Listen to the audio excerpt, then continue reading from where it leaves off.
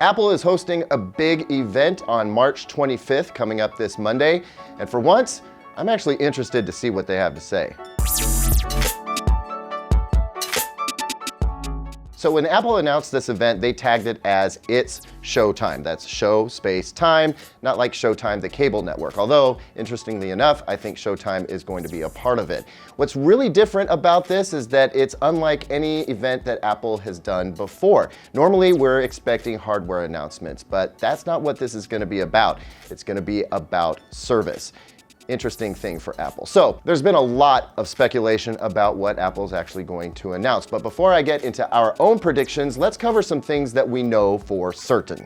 The first thing is we don't expect to see much, if any, hardware at this event. Why? Well, because Apple spent the last few days this week announcing new hardware, rather unceremoniously and kind of under the radar, really. First came a new iPad mini, which looks interesting because it's got all the guts and the horsepower of an iPad Air. Then came a new iMac, which frankly our computing team isn't all that excited about. And then there's the Airpods 2, which don't get us excited either. They're kind of an iteration on the previous version with not a lot of huge improvements. So what's Apple's play here? Well, I think by getting the hardware stuff out of the way the week before, they can keep everybody's attention, all the media buzz, around the services they intend to offer.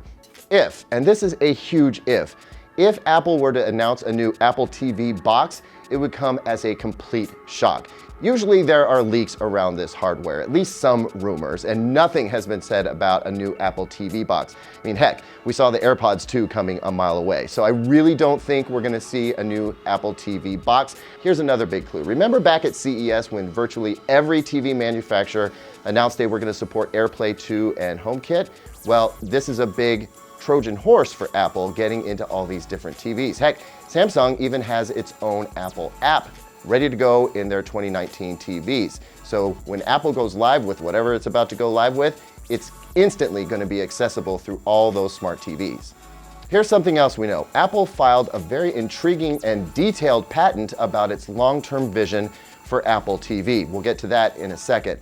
We also know that Apple has spent billions of dollars creating original content. They brought in people like J.J. Abrams, Reese Witherspoon, there's Jennifer Aniston, Jennifer Garner is involved. So we expect that we will be hearing a little bit about some new TV shows. And then there's this weird thing where a Goldman Sachs exec is coming in. What's all that about? Okay, so here's what I think we're looking at. Apple's going to first unveil a new news service. Then I think they're going to come around with something around Apple payment services, probably an Apple branded credit card, which is actually pretty intriguing. And then finally, a revamp to Apple TV. There could also be a new wireless charging pad, but that would really seem oddly out of place. The theme here is service. Apple's iPhones and iPads have not been selling gangbusters like they used to. And I think this is a paradigm shift for Apple. They're looking at service opportunities so they can bring in new streams of revenue. So the Apple payment thing seems pretty straightforward. I mean, we already have Apple Pay where you can just bloop, pay for stuff with your phone. But I think by adding in a new Apple branded credit card, Apple opens up some new opportunities there. See, not only will Apple make money when you buy its services, it'll actually make money on you spending money with the credit card interest. That's actually pretty smart. So the Apple News service should look very different than the Apple News app that we have on our iPhones and iPads today. The idea is that Apple has been going out and making these deals with a ton of different media publications, as big as the Wall Street Journal even. The idea is that it brings all of this different news to you in one place with one subscription. But there's a catch to that. In order for Apple to do that, it's going to take a huge bite out of that subscription amount. It's betting that it can get more subscribers to these media outlets than the media outlets can do on their own. And some of them aren't buying it, namely the New York Times and the Washington Post. They're not on board. So whether Apple can actually make this work, taking such a huge bite out of these media publications' revenue, remains to be seen.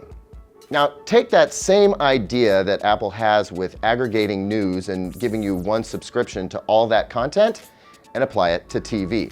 That's what we're looking at with the new Apple TV service. It's not going to just push their own programming. In fact, we think that a lot of their original programming that they've spent billions of dollars on isn't quite ready yet. Instead, what we're thinking is that they have managed to broker deals with some big cable channels like HBO, Showtime, and Starz. And ultimately, we think that Apple wants to put all of that content together under one subscription. So you pay one bundle to get yourself some access to the Apple TV original content, but you also, along with it, get access to HBO's content, maybe Showtime and Starz. And instead of going into individual apps to get it, it's all listed out for you in one place. It might even look like the program guide that you get from your cable company now, but infinitely easier to use. And as Apple learns what you like to watch, it starts making better recommendations so you don't have to hunt for what you want to watch. You don't have to know what app the show is on. You just click on the show and start watching it.